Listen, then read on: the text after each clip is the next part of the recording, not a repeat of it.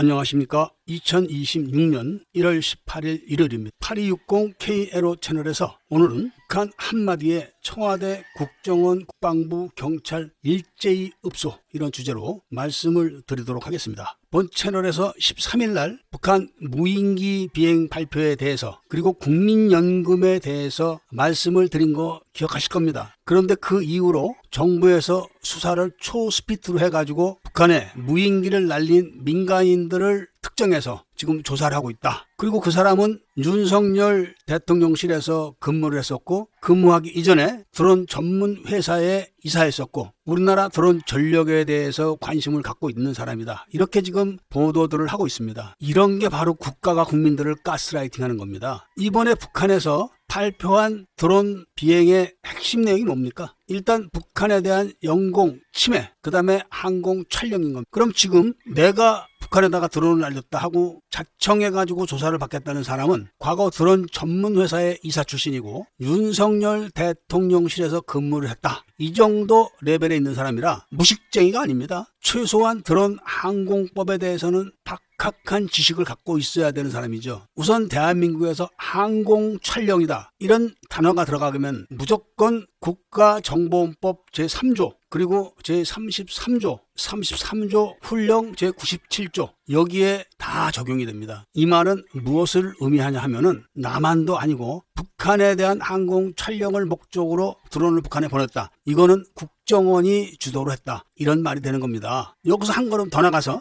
그 사람이 드론을 날렸다고 하는 지역은 다 DMZ 인근입니다. DMZ 인근에 있는 지역은 전부 다 위도와 경도를 이어가지고 지정한 구역은 항공 촬영이나 드론 비행이 금지되어 있습니다. 비행 승인을 받아야 되는 것도 합동참모본부에서 받아야 됩니다. 그리고 항공 촬영에 대한 허가는 또 별건입니다. 그런데 내가 비행을 했다 이렇게 자청한 사람은 작년 9월 올해 2번 이렇게 자신이 3번 했다고 하면서 어떠한 비행 허가 신청이나 항공 촬영 신청을 한 적이 없습니다. 그것도 북한을 향해서 나아가 북한에 무인기를 보냈다고 대대적으로 선전해서 전쟁을 하자는 거냐 이렇게 떠벌려서 윤석열 대통령을 탄핵을 시키고 지금 구속해서 재판을 하고 있는 마당에 윤석열 대통령실에서 근무했던 사람이 그것도 드론 전문회사 이사까지 했던 사람이 무대뽀로 그렇게 했다는 겁니다. 그렇다면 북한은 왜 작년 9월 달에 그런 발표를 하지 않았을까요? 그리고 이 사람이 진짜 비행을 했을까요? 이 사람은 자기가 했다고 주장을 하지만 누가 본 사람이 있습니까? 그리고 국가안보수사국이나 국정원이나 국방부에서 발표한 내용을 믿을 수 있습니까? 이 사람들은 1980년도에 북한군을 대한민국 군대에 편제를 해서 한국 국민들을 대량으로 학살했던 사람들입니다. 그리고 그 사실을 국가에서 속여가지고 민주화로 포장을 해서 50년을 속였던 사람들인데 그 말을 믿을 수 있습니까? 더더군다나 이 사람들은 미국 대통령 선거에 개입을 해서 트럼프 대통령을 낙선을 시켰습니다. 그리고 재선하는 과정에서 홍석현이 엠킴이라는 재미동포를 동원해가지고 그 엠킴이 청주회 장성들과 사전에 12.3 자작 계엄을 이미 대통령 출마하기 전부터 짜놓고 있었던 겁니다. 그리고 트럼프가 유세를 하기 시작하니까 바로 엠킴 김민아라는 젊은 여자를 동원해서 미국서 유튜브로 키우고 빌드업 코리아라는 유령 단체를 만들어서 트럼프 측근을 한국으로 끌어들였고 트럼프 아들까지 끌어들였고 거기에는 순복음 교회까지 다 연결되어 있습니다. 그리고 카이캄이라는 교단 그리고 아직까지는 다 말씀을 드리지 못할 여러 기독교 조직들이 깊숙이 관계되어 있습니다. 이 교계에 관련되어 있는 사람들이나 재미동포 수박 유튜버들이 지금 빌드업 코리아나 엠킴 김민아에 대해서 단 한 명도 이야기하는 사람이 있습니까? 아니 전가훈 목사가 그런 이야기를 합니까? 아니면 신혜식이가 그런 얘기합니까? 고성국이가 합니까? 성창경이가 합니까? 이들은 트럼프 대통령을 저격을 했고 차기 대통령 후보로 유력한 찰리 커크를 저격해서 제거해버렸습니다. 그리고 그 조직이 지금도 미국에서 운영되고 있습니다. 그 조직이 최근에는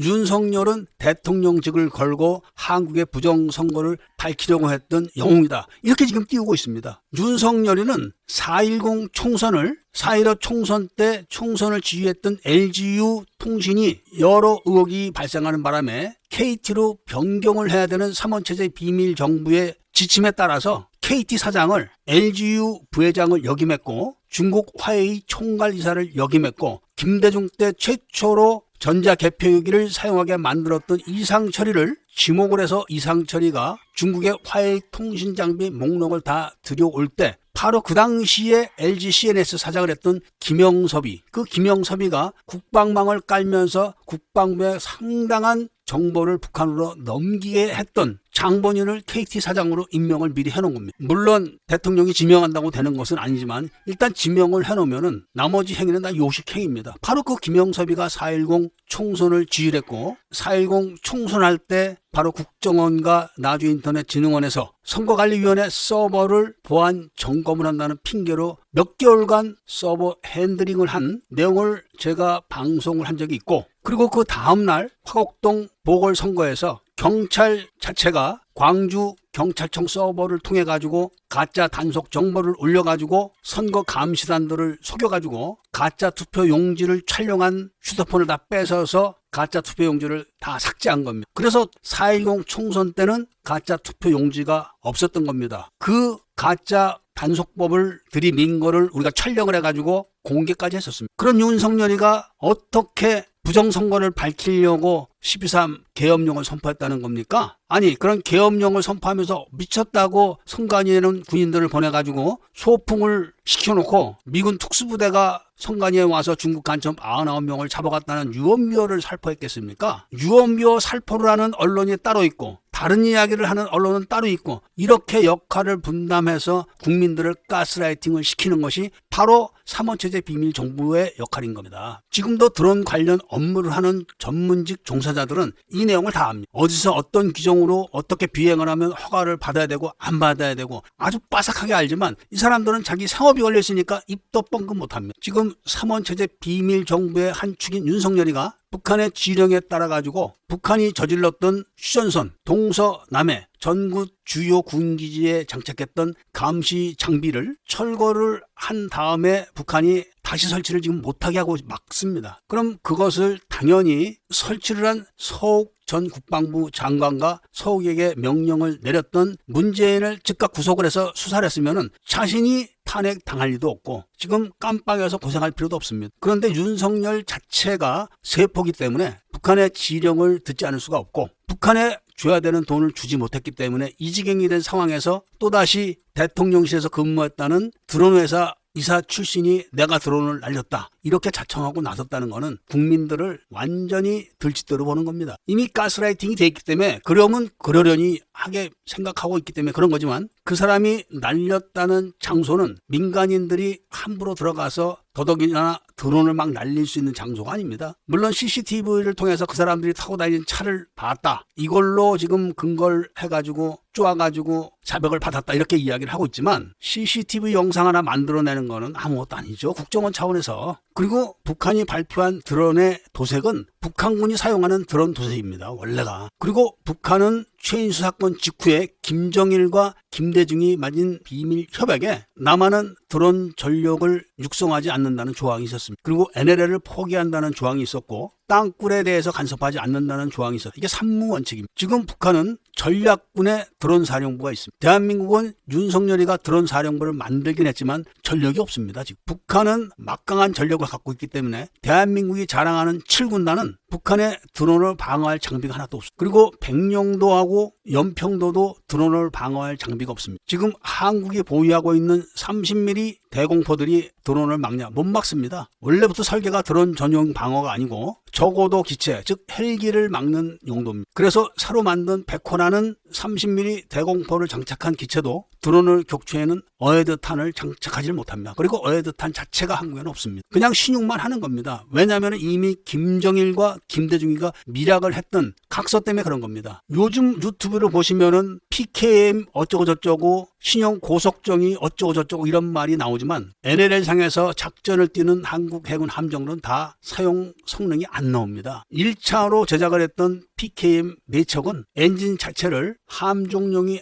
아닌 공장용 엔진을 들여다 만들어가지고 물이 들어오고 시동이 꺼지고 이렇게 해가지고 작전을 제대로 뛰지 못합니다. 그런 걸 다 숨겨놓은 겁니다. 지금 대구급 호위함도 원형 작전을 뛰지 못하고 고속을 낼 수가 없습니다. 추진축을 선체는 길게 해놓고 선체가 짧은 추진축의 설계를 적용해갖고 고속으로 회전하면은 다 베어링이 깨지고 오일이 새고한다는 거. NLL 최종 방어에 책임을 지고 있는 이순신급 구축함도 5,500톤짜리 구축함에다가 500톤급 레이더를 달아놨습니다. 그리고 성능 개량도 못하게 만든 겁니다. 이거 다 김대중이가 만든 겁니다. 그리고 돈이 없어서 그렇게 했다고 핑계를 댔지만 그때 김대중이가 북한에 퍼다 준 게 60조입니다. 이렇게 거짓말을 해대면서 가스라이팅을 시켜놓으니까 국민들이 개돼지가 돼버린 겁니다. 김정일이가 자기들이 자작으로 무인기를 내려다 놓고 남한에서 쐈다. 그러니까 방위 출신 국방부 장관이 아니다. 이렇게 이야기를 하니까 민간인이 했을 수도 있다. 그런 말이 나오니까 대통령이 바로 TF를 꾸려서 수사하니까 내가 했다. 착착착 며칠 안에 다 수사가 끝나는 겁니다. 아니 동작동 5.18 묘역에 가서 비석 숫자 좀 시제니까 그런 거 바빠서 또 못 간다고 지금 그러는 거 아닙니까? 제가 국가안보수사국을 찾아갔을 때 나오지도 않고 들어간데도 못 들어오게 하고 제발 좀 가시라고